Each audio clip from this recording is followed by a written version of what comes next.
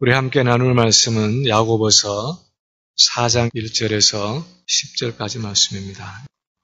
어떤 분이 지난주에 말씀을 하시기를 목사님은 로마서에서 계속 설교하겠다고 얘기를 하시고는 왜 갈라디아서에서 설교를 하고 여기저기 그렇게 다른 본문들을 설교하느냐고 말씀을 하셨는데 로마서 설교를 하는 중에 1장 16절, 17절에 관계되어서 갈라디아 5장 말씀을 지난주에 나누었고요. 또 그 말씀과 연관이 되어서 오늘 야고보서 말씀을 같이 나누게 되었습니다. 그렇게 이해하시고 연결해서 들으시면 될 것 같습니다.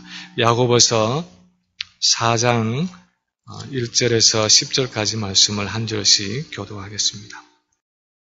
너희 중에 싸움이 어디로부터 다툼이 어디로부터 나느냐? 너희 지체 중에서 싸우는 정욕으로 나는 것이 아니냐?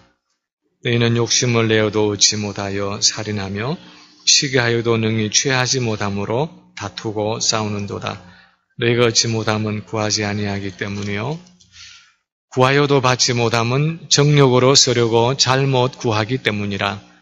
가늠한 여인들아, 세상과 벗된 것이 하나님과 원수됨을 알지 못하느냐? 그런즉 누구든지 세상과 벗이 되고자 하는 자는 스스로 하나님과 원수되는 것이니라. 너희는 하나님이 우리 속에 거하게 하신 성령이 시기하기까지 사모한다 하신 말씀을 헛된 줄로 생각하느냐? 그러나 더욱 큰 은혜를 주시나니 그러므로 일러스되 하나님이 교만한 자를 물리치시고 겸손한 자에게 은혜를 주신다 하였느니라. 그런즉 너희는 하나님께 복종할지어다. 마귀를 대적하라. 그리하면 너희를 피하리라. 하나님을 가까이 하라. 그리하면 너희를 가까이 하시리라. 죄인들아, 손을 깨끗이 하라. 두 마음을 품은 자들아, 마음을 성결하게 하라. 슬퍼하며 애통하며 울지어다. 너희 웃음을 애통으로, 너희 즐거움을 근심으로 바꿀지어다. 주 앞에서 낮추라. 그리하면 주께서 너희를 높이시리라. 아멘. 호머의 일리아드에 나오는 그리스 신화에 보면 아켈리우스라는 인물이 나옵니다. 트로이라는 영화를 보신 분은 아마 아실 텐데 이 아킬루스는 그 어떤 창도 그 어떤 칼도 뚫을 수 없는, 그 몸을 상하게 할 수 없는 아주 특수한 몸을 가졌는데 그 이유는 어머니가 이 아킬루스가 어렸을 때에, 아기였을 때에 어떤 신비로운 강에다가 이 아기를 완전히 그 강에 담그어서 몸 전체에 불사조의 어떤 피부를 가지게 되었기 때문이었습니다.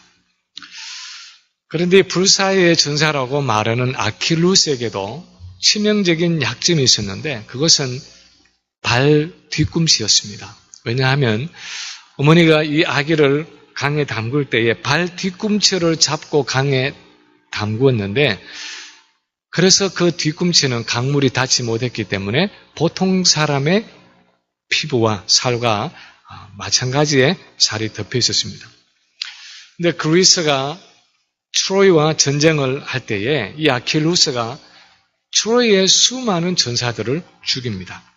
근데 이 아킬루스의 약점을 알게 된 트로이의 왕자가 나중에 활을 가지고 그 화살을 아킬루스의 발 뒤꿈치에 쏘아 맞춰서 마침내 불사의 전사 아킬루스도 그렇게 죽고 만다 하는 것이 그 신화의 내용입니다.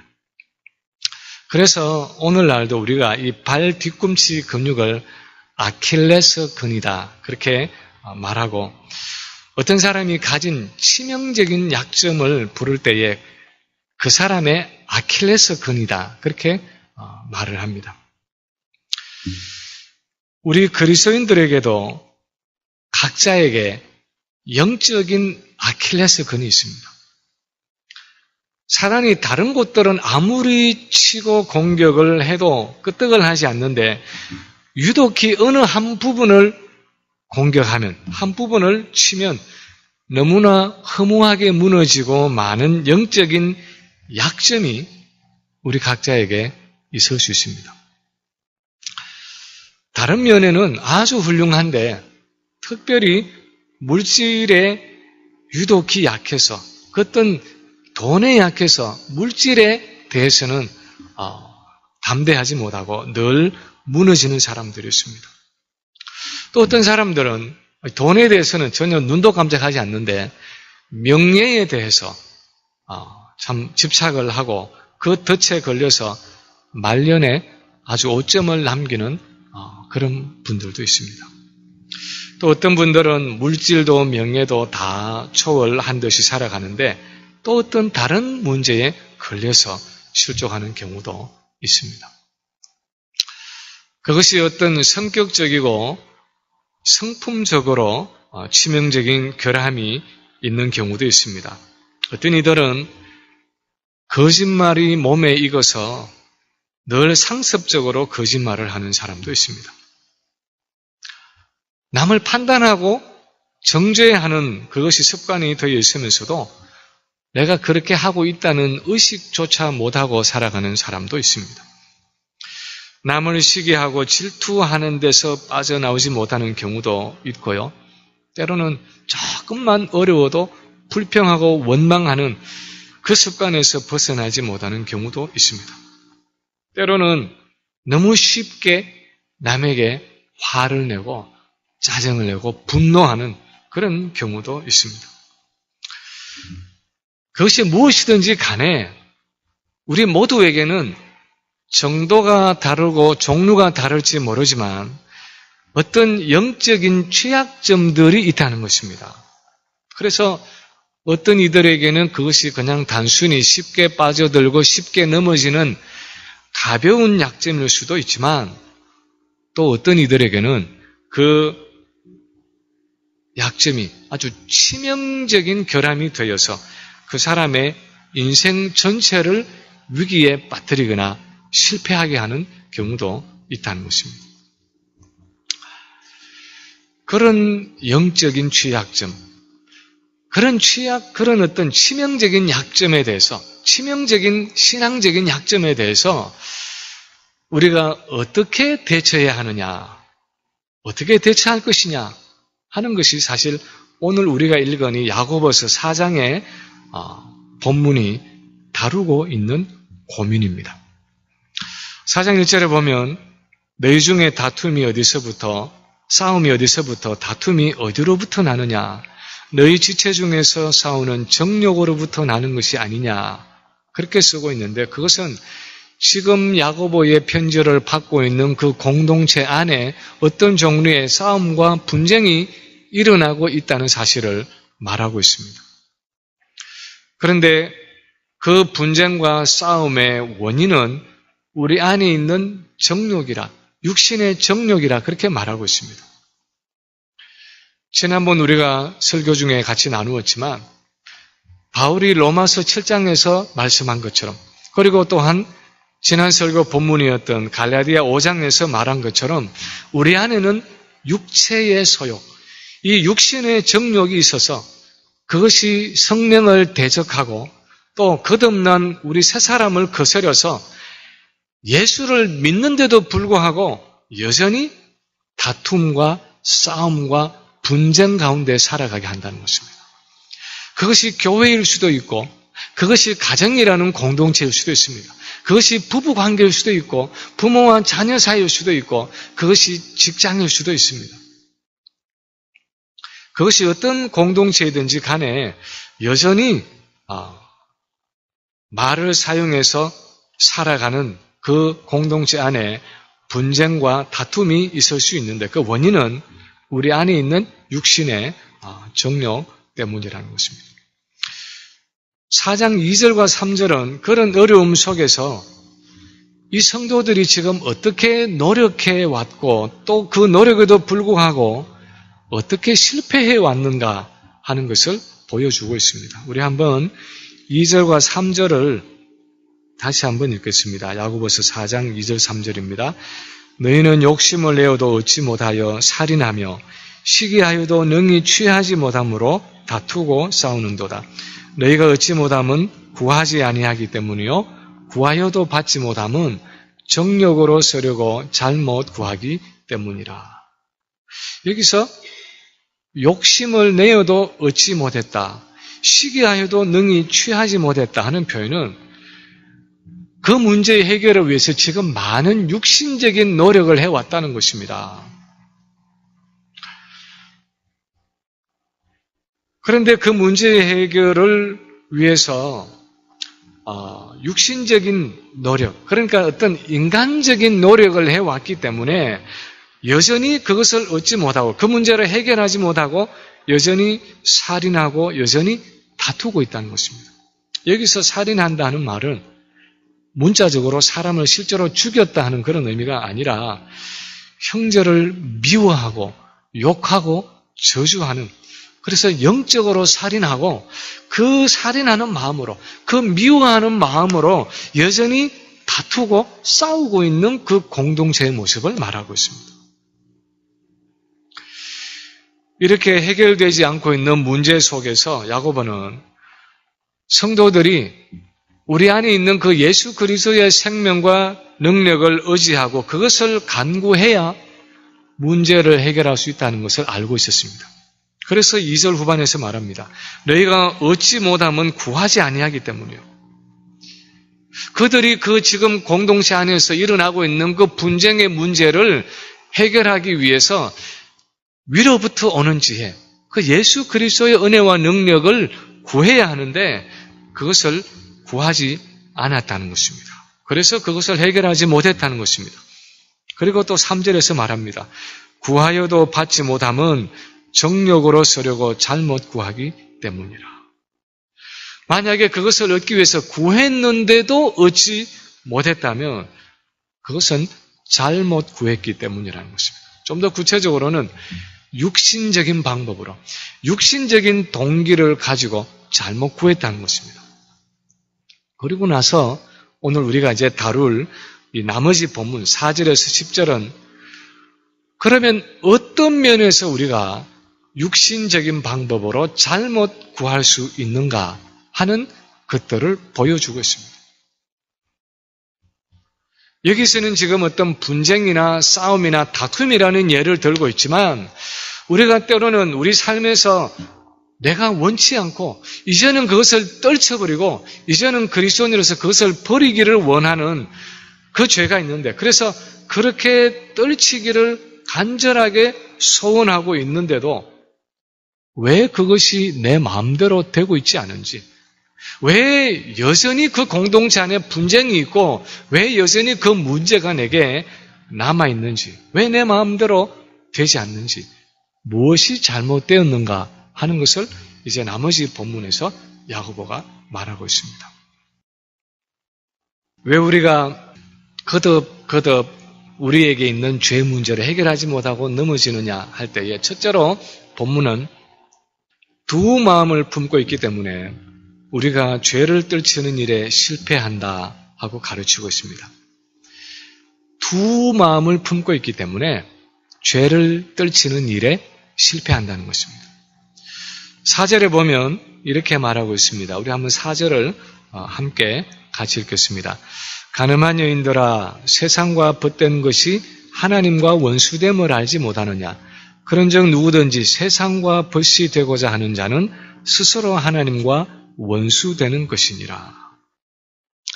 본문에서 야고보는 간음하는 여인들아 그렇게 글을 시작하고 있지만 사실 이것은 간음하는 여인들에게만 주어진 글이 아니었습니다.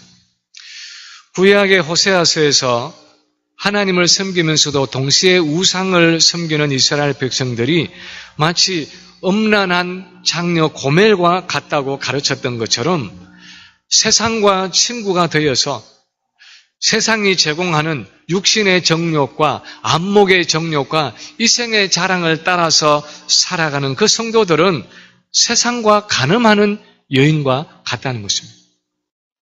그래서 야고보서 지금 본문 4절에서 강조하기 원하는 것은 하나님을 사랑하고 섬기는 일과 세상을 사랑하고 섬기는 일은 서로 공존할 수 없다는 것입니다. 세상과 벗된 것이 하나님과 못 된다고요? 원수됨을 알지 못하느냐. 누구든지 세상과 벗이 되려고 하는 자는 스스로 하나님과 원수되는 것이다. 그렇게 말하고 있습니다. 원수가 무엇입니까? 원수는 서로 함께 있을 수 없는 존재가 원수입니다. 그것은 완전히 반대되는 일, 원수되는 일이기 때문에 우리의 삶 속에 하나님을 사랑하고 섬기는 것과 세상을 사랑하고 섬기는 것이 공존할 수 없다는 것입니다.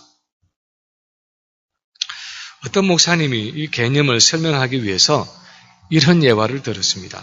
여러분, 하나님이 내 인생에서 첫 번째다 하고 말하지 마십시오. 만약 여러분이 아내에게 당신이 첫 번째야 하고 말하면 아내가 만족하겠습니까? 당신이 첫 번째이고 미스김은 두 번째이고 미스박은 세 번째야 하고 말하면 아내가 그것을 용납하겠습니까?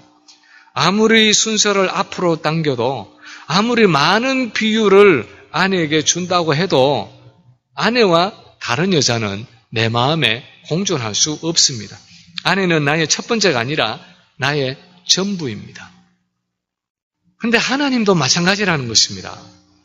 하나님과 세상은 내 마음속에 공존할 수 없다는 것입니다. 하나님과 육신의 정욕, 하나님과 이생의 자랑, 안목의 정욕이 내 안에서 함께 공존할 수 없다는 것입니다. 그렇게 되면 하나님이 내 마음속에서 아주 지극한 사랑으로 진노하신다는 것입니다. 성경에서는 이 하나님의 진노를, 그런 경우에 하나님이 진노하시는 그 진노를 적절한 이 단어로 표현할 수가 없어서 우리 성경은 질투하시는 하나님이다, 그렇게 표현하고 있습니다. 언어에 한계가 있기 때문에 우리는 들으면 아니 어떻게 하나님이 질투를 하셔? 하나님이 시기하고 질투한다는 그 말이 참 어색하게 들립니다. 정말 어색합니다. 그렇지만 그 들어있는 의미는 하나님이 우리를 지극히 사랑하시기 때문에 우리가 세상과 친구가 되는 것을 차마 보실 수가 없다는 것입니다. 견디지 못해 하신다는 것입니다. 그것을 5절에서는, 오늘 본문 5절에서는 이렇게 표현하고 있습니다. 너희는 하나님이 우리 속에 거하게 하신 성령이 시기하기까지 사모한다 하신 말씀을 헛된 줄로 생각하느냐. 우리 안에서 우리가 하나님의 뜻을 행할 수 있도록 우리 마음에 두신 그 성령께서, 보혜사 성령께서 우리 인간적인 말로 시기한다라고 표현할 수 있을 정도로 우리 마음을 온전하게 가지기를 원하신다는 것입니다. 성령은, 하나님은 우리 마음의 전부를 원하신다는 것입니다. 우리가 원하지 않는 어떤 죄에 거듭거듭 붙잡혀서 살아가게 되는 이유 중에 하나는 우리가 두 마음을 품기 때문입니다.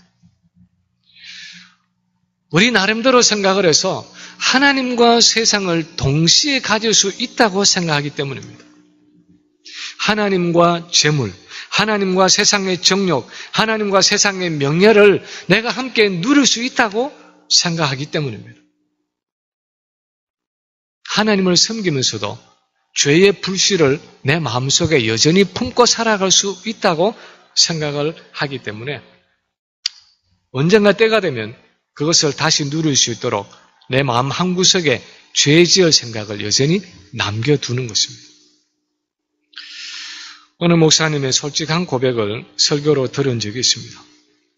너무 순진한 목사님이신데 신학교 시절에 처음으로 미성년자 관람 불가 영화를 보고 나왔는데 정말 얼굴이 화끈화끈할 뿐 아니라 마음에 이 짐이 되어서 이 죄책감 때문에 견딜 수가 없었습니다.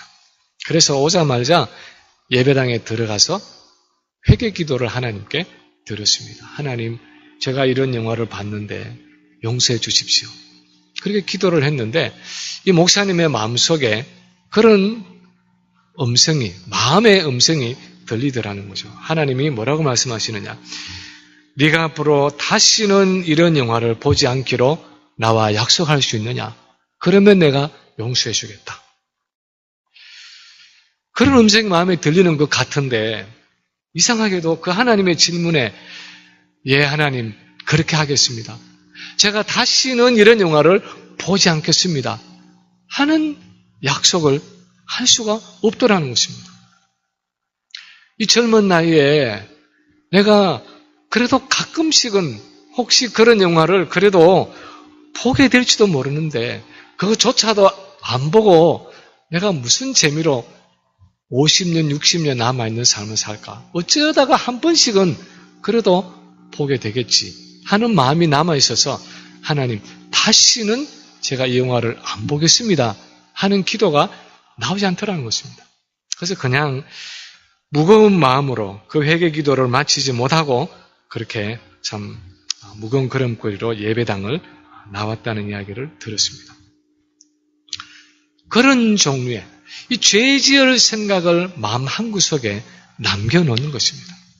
그런데 그 마음의 불씨에서부터 그 죄 지을 마음의 불씨로 남겨놓은 것에서부터 언젠가 상황이 되면 언젠가 기회가 되면 그 죄의 불길이 또 타오른다는 것입니다.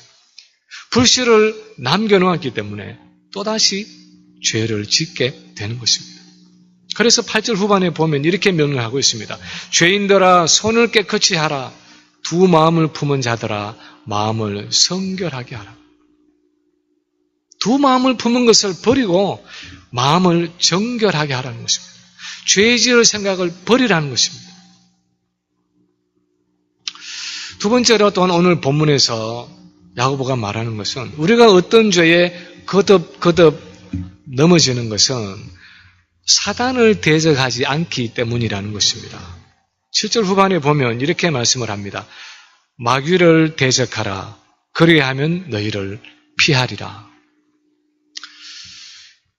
사실 성경에 나타나는 이 마귀, 사단 하는 존재는 우리가 맞서서 대항할 수 있는 존재가 사실은 아닙니다. 우리가 잘 아는 것처럼 마귀라는 존재는 천사이고 그 중에서도 천사장입니다. 타락한 천사장입니다.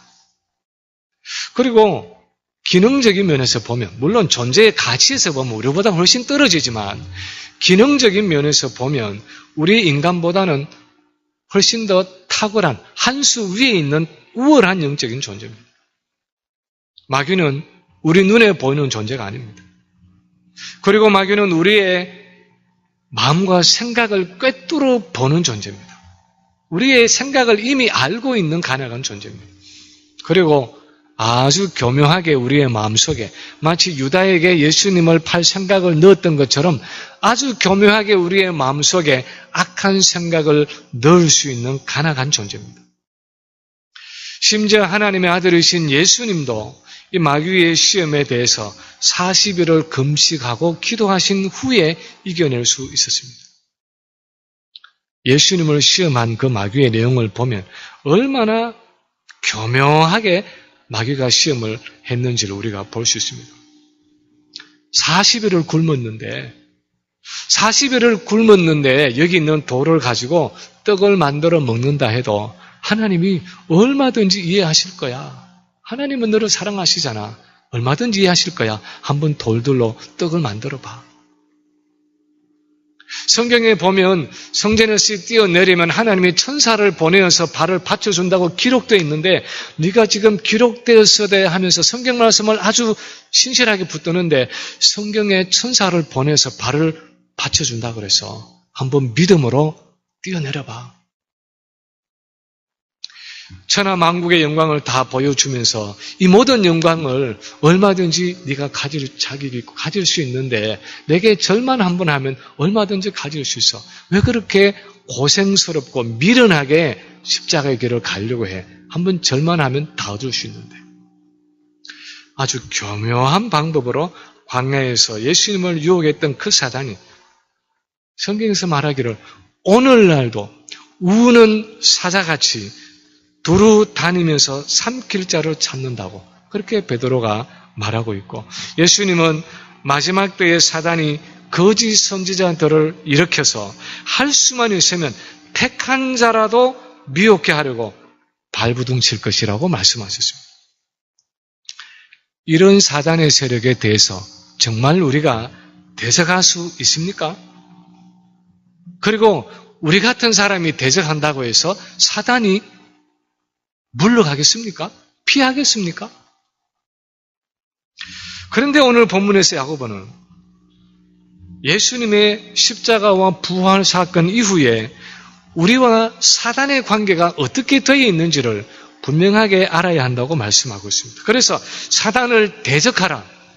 그러면 너희를 피하리라 하고 말하고 있습니다.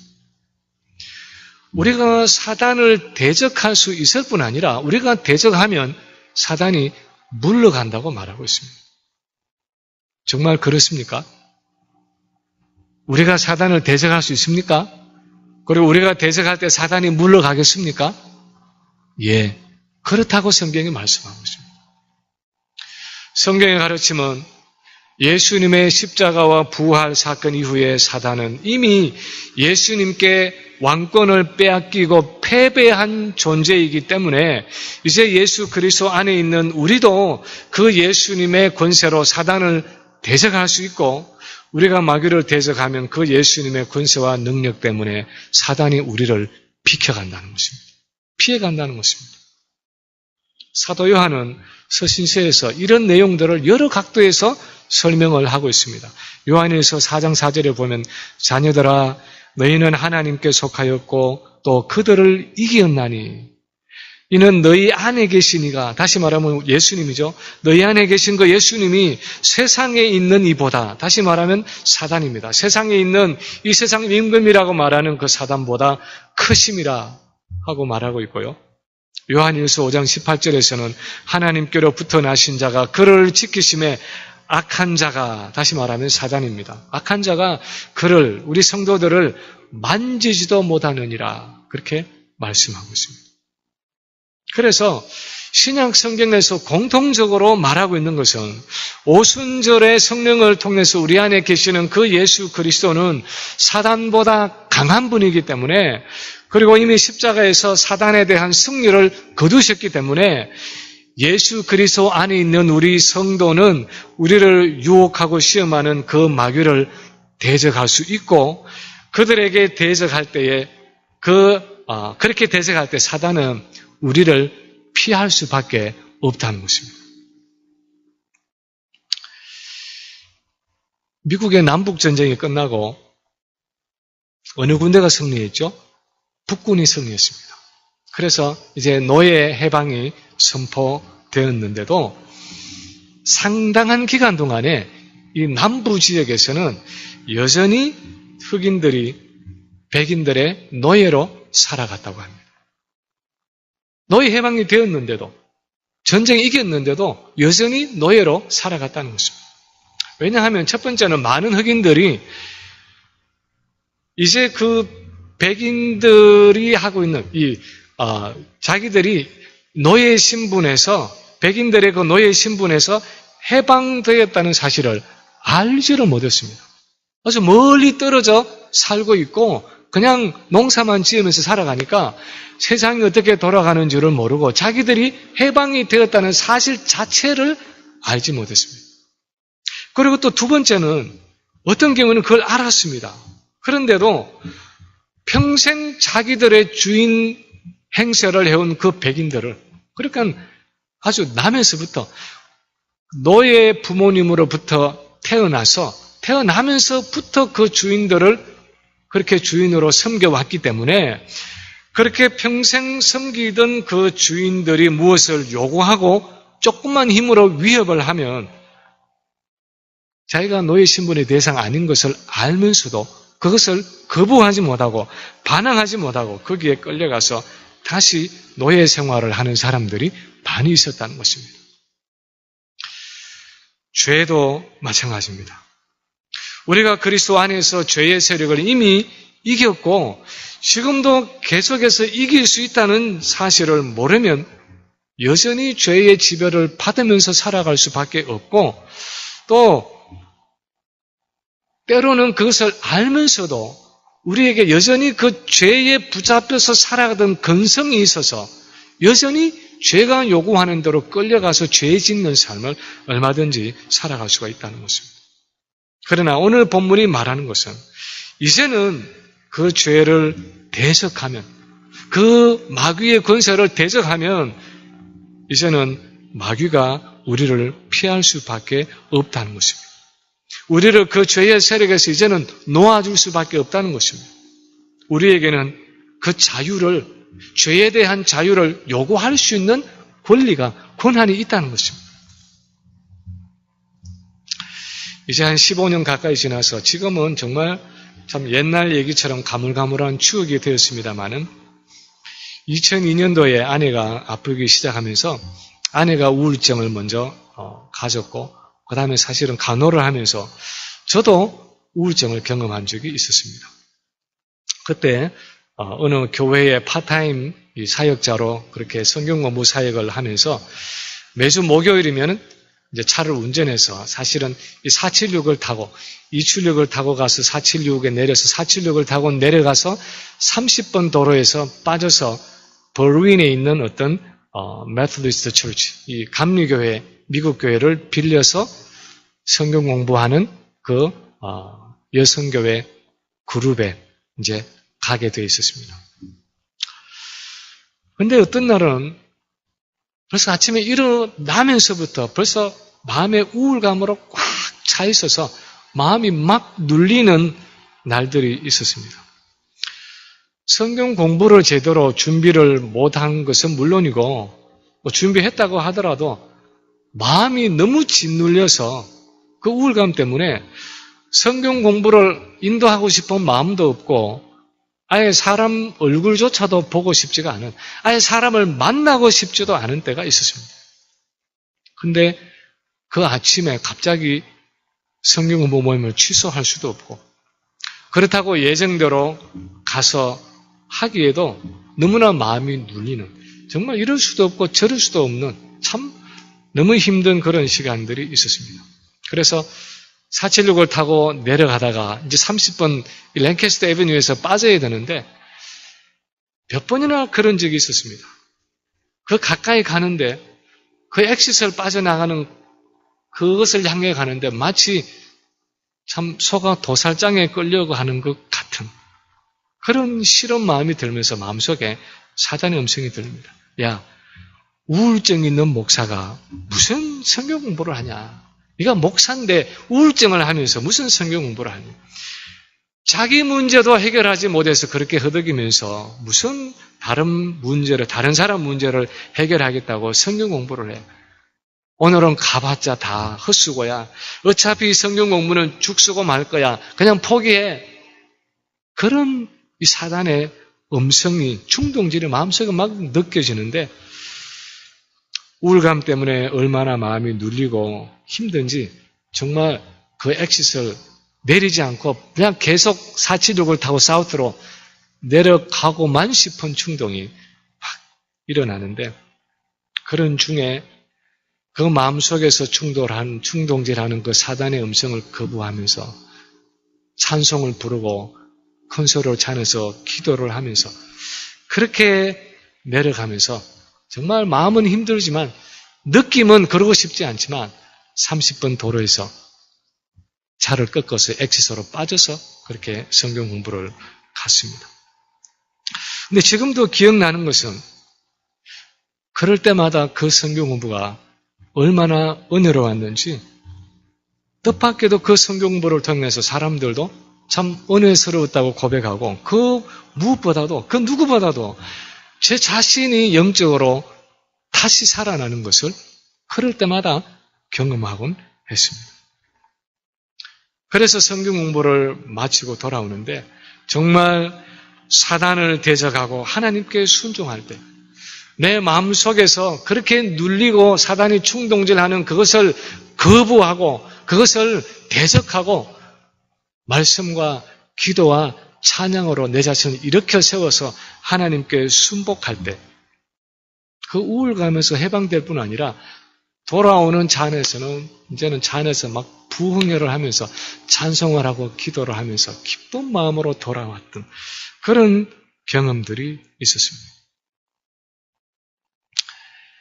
이제 우울증에 빠진 나는 어쩔 수 없다 하면서 자포자기하는 것이 아니라 그 속에서도 사단의 음성을 대적하고 하나님께 순복할 때 그리스도 안에서 약속된 그 죄에 대한 승리를 경험한다는 것입니다.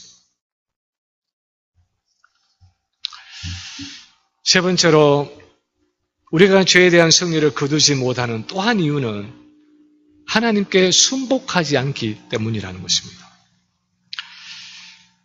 이 하나님께 순복하라 하는 내용을 오늘 본문에서 야고보는 여러 다른 말들로 표현을 하고 있습니다. 7절에서는 그런즉 너희는 하나님께 복종할지어다 그렇게 말하고 있고 8절에서는 하나님을 가까이 하라 그리하면 너희를 가까이 하시리라 그렇게 말하고 있고 10절에서는 주 앞에서 낮추라 그리하면 주께서 너희를 높이시리라 하고 말하고 있습니다. 7절에 나오는 너희는 하나님께 복종할지어다 하는 이 표현을 아마도 마음속에 별로 달갑지 않게 생각하는 분들이 있을 것입니다. 하나님께 복종하라니 내가 뭐 종인가? 내가 뭐 노예인가? 우리는 이 복종이라는 단어를 싫어하는 경향이 있습니다. 근데 사실 하나님께 대해서 이 복종이라는 개념을 싫어하는 것은 사실 어제 오늘의 일이 아니었습니다. 물론 오늘날 현대인들의 정신사조를 지배하고 있는 이 포스트 모더니즘의 특징이 탈권위주의, 권위에서 벗어나야 한다는 이 탈권위주의이기 때문에 모든 종류의 권위에 대해서 거부감을 가지고 그것에서 벗어나야 한다고 가르치기 때문이기도 하지만 하나님에 대한 복종의 관계에서 벗어나야 한다 하는 이 가르침은 이미 창세기 3장에 나오는 아담과 이 하와의 타락 때부터였습니다. 그 창세기 3장에서부터 사단은 선악과를 앞에 놓고 있는 하와에게 귀에 속삭였습니다. 너희가 이 열매를 먹는 날에는 너희 눈이 밝아져서 하나님과 같이 되어서 선악을 알게 될 줄을 하나님이 아시기 때문에 너희를 이 열매를 먹지 말라고 하신 거야. 너희가 이 열매를 먹으면 하나님과 같이 될 수 있어. 하나님과 똑같이 되어서 굳이 하나님께 복종하지 않고 하나님 없이도 너희가 얼마든지 선악을 분별할 수 있게 될 거야. 하나님께 굳이 복종할 필요 없어. 그러니까 얼마든지 이 열매나무를 먹고 이제는 너 마음대로 할 수 있는 자율적인 사람이 돼. 그렇게 하는 것이 사실 사단의 유혹의 핵심이었습니다.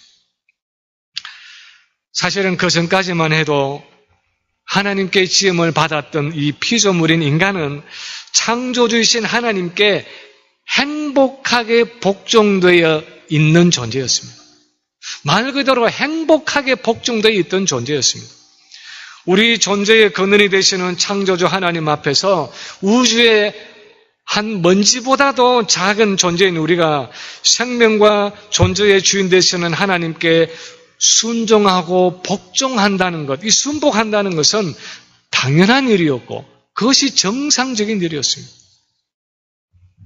그것도 그분이 우리 인간을 지극히 사랑하셔서 만물 중에서도 우리를 특별하게 자기 형상으로 지으시고 그분과 교제할 수 있는 유일한 영적인 존재로 영혼을 주셔서 우리를 그분과 교제할 수 있는 유일한 존재로 그렇게 만들어 주셨기 때문에 하나님께 복종한 채로 살아간다는 것은 피조물인 우리 인간의 당연한 모습이었고 그것이 정상적이고 행복한 하나님과의 관계였습니다. 그런데 창세기 3장의 기사를 자세히 읽어보면 아담이 죄를 짓게 되고 그래서 죄의 종이 되게 된 가장 근본적인 원인은 바로 그 복종의 관계, 그 순복의 관계에서 이탈한 것이었습니다. 그가 창조주이신 하나님께 순복된 그 상태에서 나와서 이제는 마음을 높였기 때문이었습니다. 그때부터 무엇이 선이고 무엇이 악인지를 내가 판단하기 시작했습니다. 어떤 일에 대해서 내가 그것을 할 것인지 말 것인지를 내가 결정하기 시작했습니다.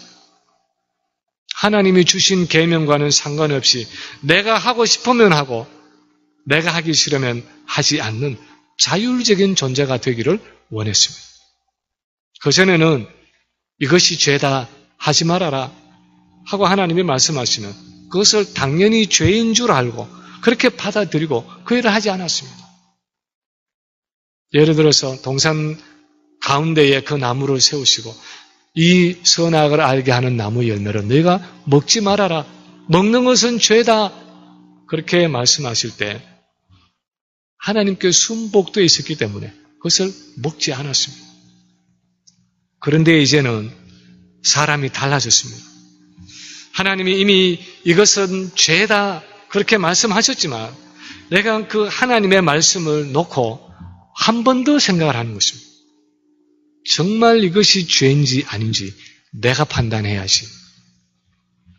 이것이 정말 하지 말아야 할 악인지 해도 되는 선인지 그것은 내가 결정하는 거야. 하고는 다시 한번 하나님이 주신 그 계명을 가지고 다시 내가 내 손에 쥐고 묵상하는 것입니다. 그리고 생각하는 동안에 사단은 그 죄를 우리 앞에 놓고 흔들어 대기 시작합니다. 그러면 그것이 우리 눈에 보암직도 하고 먹음직도 하고 지혜롭게 할 만큼 탐스럽기도 한 아주 화려하게 보이는 것입니다. 그리고 내가 최종적인 결정을 내립니다. 먹어도 괜찮을 것 같네. 어쩌면 내게 행복을 주고 내게 즐거움을 줄 것 같기도 해. 어쩌면 이것을 먹으면, 이것을 하면 내게 만족을 줄지도 몰라. 결국 죄냐 아니냐 하는 데 대한 최종 결정권을 하나님이 아니라 내가 가지는 것입니다. 그래서 하나님을 등지고 돌아앉아서 그것을 내가 판단하는 것입니다. 그래서 결국 하나님께 불순종하기를 선택함으로 사단의 종노릇 하게 된 것이 바로 우리 조상 아담과 하와가 했던 일이었습니다. 얼마나 어리석고 한심한 선택이었습니까? 그 아담과 하와의 한심한 선택 때문에 사실 오늘날까지 우리가 이 고생을 하고 있는 것입니다. 그런데 문제는 지금의 우리도 똑같은 한심한 실수를 하고 있을 때가 많다는 것입니다. 우리가 어떤 죄에서 빠져나오지 못하는 것은 아담과 하와가 했던 것처럼 똑같은 방식으로 죄를 대처하기 때문이라는 것입니다. 내가 보기에 이 세상이나 이 세상이 제공하는 그런 육신적인 정욕과 안목의 정욕과 이생의 자랑이 아무리 보암직스럽고 먹음직스럽고 또 탐스럽게 할 만큼 그렇게 화려하다고 하더라도 하나님이 그것은 죄다 말씀하셨으면 사실 거기서 끝나야 하는 것입니다. 거기서 멈춰 서야 하는 것입니다. 거기서 놓고 돌아서야 하는 것입니다. 그것이 하나님께 순복한 성도의 모습입니다. 그런데 우리는 여전히 우리 조상 아담과 하와처럼 그 앞에서 머리를 굴린다는 것입니다. 이것을 먹을까 말까? 내가 이것을 좀 만져보아도 되지 않을까? 이 정도 하는 것은 그래도 괜찮겠지. 우리는 하나님이 죄라고 이미 말씀하신 그것을 붙들고 진짜 죄인지 아닌지를 내가 다시 평가하는 것입니다. 그래서 내 마음에 들면 순종하고 내 마음에 안 들면 하나님이 뭐라고 하시든 간에 내가 원하는 대로 하는 것입니다. 그것이 우리가 죄에 실패하는 이유라는 것입니다. 예전에 항아리로 원숭이를 잡는 법에 대해서 제가 한번 이야기한 적이 있습니다. 열대지방에 가면 사람들이 원숭이를 잡는데 어떻게 잡느냐? 목이 좁은 들어가는 이 목이 좁은 항아리에다가 코코넛을 하나 넣어서 그 항아리와 밧줄을 묶어서 이제 나무와 이렇게 묶어 놓는다는 것입니다. 그러면 원숭이라는 놈이 와서 그 항아리 안에 코코넛이 들은 것을 알고 이제 살금살금 와서 손을 집어넣어서 이 코코넛을 꺼내려고 합니다. 그런데 이 코코넛은 들어갈 때는 들어갔지만 거기다가 손을 잡고 이렇게 나오기에는 코코넛이 크기 때문에 이 코코넛을 잡은 채로는 원숭이의 손이 그 좁은 항아리 목을 빠져나오지 않는 것입니다. 그런데 원숭이는 그걸 이해하지 못하니까 자꾸 코코넛을 꺼내려고 애를 쓰고 있는데 이제 사람이 그 원숭이를 잡으려고 갑니다.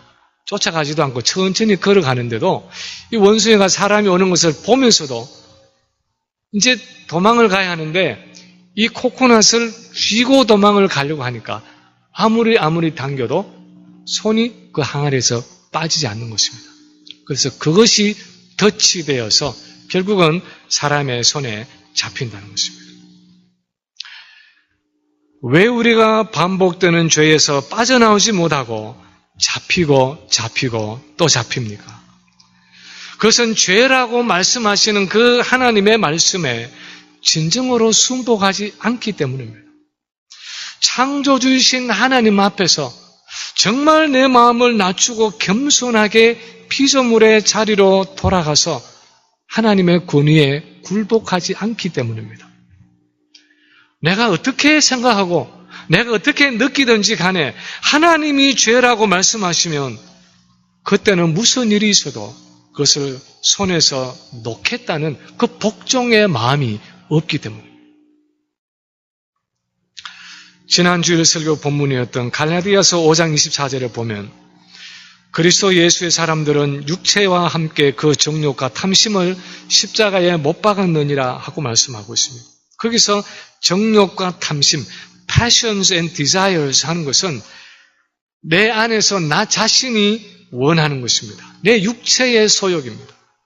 그런데 예수를 믿는 우리는 예수 그리스도와 함께 십자가에 못 박혔을 때에 우리의 정욕과 탐심, 내가 원하는 것을 다 십자가에 못 박았다는 것입니다. 그래서 이제는 그것을 누릴 권리가 없다는 것입니다.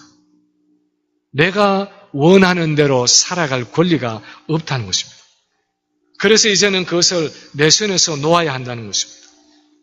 내 권리를 이제 손에서 놓는 것, 그것이 바로 하나님 앞에서의 순복이라는 것입니다. 어떤 한 그리스도인이 있었습니다. 이 사람의 아킬레스건은, 이 사람의 영적인 아킬레스건은 혈기였습니다.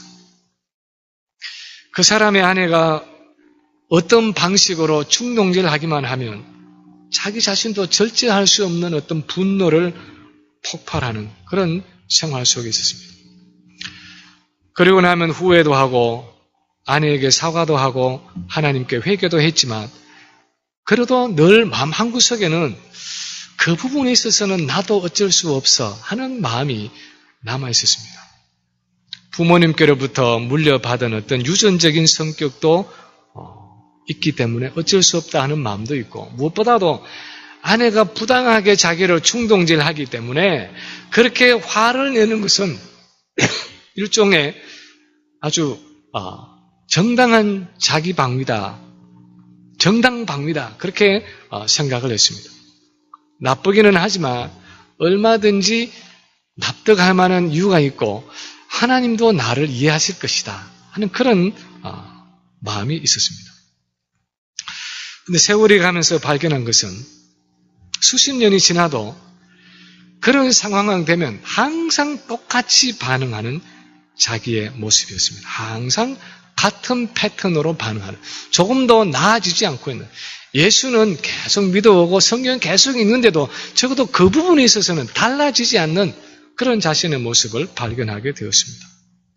그래서 어느 날 이 사람이 이 문제를 가지고 진정으로 하나님의 말씀 앞에서 고민해 보게 되었습니다.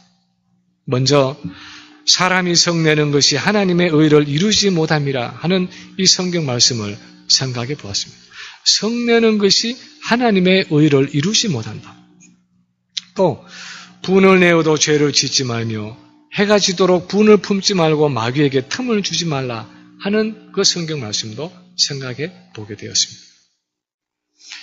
이유가 어쨌든 간에, 원인이 무엇이든지 간에, 아내가 무엇을 잘못하고 어떻게 충동질 하든지 간에 말씀에 비추어 보면 하나님의 말씀인 그 성경에 비추어 보면 자기가 화를 내는 것은 분명히 하나님께 범죄하는 것이고 무엇보다도 예수 그리스도의 사람들은 그 정욕과 탐심을 십자가에 못 박았다 하는 말씀에서 내게는 더 이상 화를 낼 수 있는 권한이 없다 하는 사실을 깨닫게 되었습니다. 그 주어진 상황에서 어떻게 느끼든 얼마나 내가 정당하든지 간에 분내는 것이 하나님 앞에 범죄라는 사실을 무조건 인정하면서 더 이상의 자기 합리화를 멈추게 되었습니다. 그래서 다시는 혈기를 부르지 않겠다고 결단하고 그것을 지속할 수 있도록 정말 그렇게 살아갈 수 있도록 성령의 도우심을 간청했습니다. 그리고 그런 상황에 부딪힐 때에 사단의 유혹과 그 충동질에 이길 수 있는 힘을 달라고 기도했습니다. 그리고 그 혈기가 점점 그의 삶에서 멀어져 가게 되었습니다. 그것이 이 사람의 경우처럼 혈기일 수도 있고 또 다른 종류의 끊어지지 않는 어떤 죄악일 수도 있을 것입니다. 그러나 중요한 것은 그것이 무엇이든지 간에 죄 지을 마음을 버리고 사단을 대적하고 하나님께 진정으로 순복하면 그 죄는 언젠가 끊어지게 되어 있다는 것입니다. 왜냐하면 그리스도 안에 있는 우리 성도들에게는 더 이상 죄가 지배할 수 있는 권한이 없기 때문입니다. 우리가 두 마음을 품거나 사단에게 저항하지 않거나 하나님께 순복하지 않으므로 스스로 죄에게 왕권을 내어주지 않는 한 죄가 나를 다스릴 수 있는 권한이 없기 때문입니다. 이제 말씀을 마칩니다. 끊임없이 우리를 움켜잡는 죄의 세력에 대해서 어떤 이는 이렇게 묻고 싶을지 모릅니다. 죄에 대한 좀 더 온전한 승리, 죄에 대한 좀 더 완벽한 승리가 없을까요? 내가 묶여있는 이 죄에서 좀 완전하게 벗어나는 길은 없을까요? 이 질문에 대해서 오늘 야고보는 세 가지 우리가 해야 할 것을 명령하고 있습니다. 첫째는 두 마음을 품지 말라는 것입니다. 죄 지을 마음을 버리고 마음을 성결하게 하라는 것입니다. 두 번째는 불법으로 우리를 지배하려고 하는 사단을 대적하라는 것입니다. 사단에게는 우리를 움켜잡을 권리가 없다는 것을 선포하고 그리스도 안에 있는 우리의 권리를 주장하라는 것입니다. 그리고 마지막으로 또한 하나님께 복종하라는 것입니다. 창조주 하나님께 진정으로 마음을 낮추고 진정으로 순복하라는 것입니다. 하나님께 가까이 나오라는 것입니다. 성령을 가까이에서 조철하는 것입니다. 주님과 가까이 동행하라는 것입니다. 그래도 어떤 이는 모르는지 모릅니다. 그것 말고 그렇게 하지 않고 어떤 다른 길은 없을까요? 다른 길은 없습니다. 다른 길은 없습니다. 우리가 그것을 결단하지 못하면 아무리 성경을 읽어보고 이렇게 보고 저렇게 보아도 다른 길은 없습니다. 우리가 그것을 결단하지 못하면 결코 죄를 이길 수 없다고 성경이 말씀하고 있습니다. 두 마음을 품은 채로 죄를 이길 수 없다고 말하고 있습니다. 사단을 대적하지 않고 하나님께 순복하지 않으면서도 죄를 극복할 수는 없다고 말하고 있습니다. 그러나 좀 더 적극적인 표현으로 한다면 만약 우리가 이 세 가지를 할 수 있으면 적어도 그동안은 이 죄악된 세상을 살아가면서도 지속적으로 죄에 대한 승리를 누릴 수 있다고 성경은 약속하고 있습니다. 그렇게만 할 수 있으면 두 마음을 품지 않고 사단을 대적하고 또 하나님 앞에 온전히 순복하기만 하면 이 죄악된 세상에 살아가면서도 죄에 대한 승리를 좀 더 온전하게 누릴 수 있다고 그렇게 성경은 말씀하고 있습니다. 바라기는 이 세 가지를 우리 삶 속에서 실제로 행함으로 죄에 대한 승리를 더욱더 온전하게 누리는 우리 모든 성도들 되시기를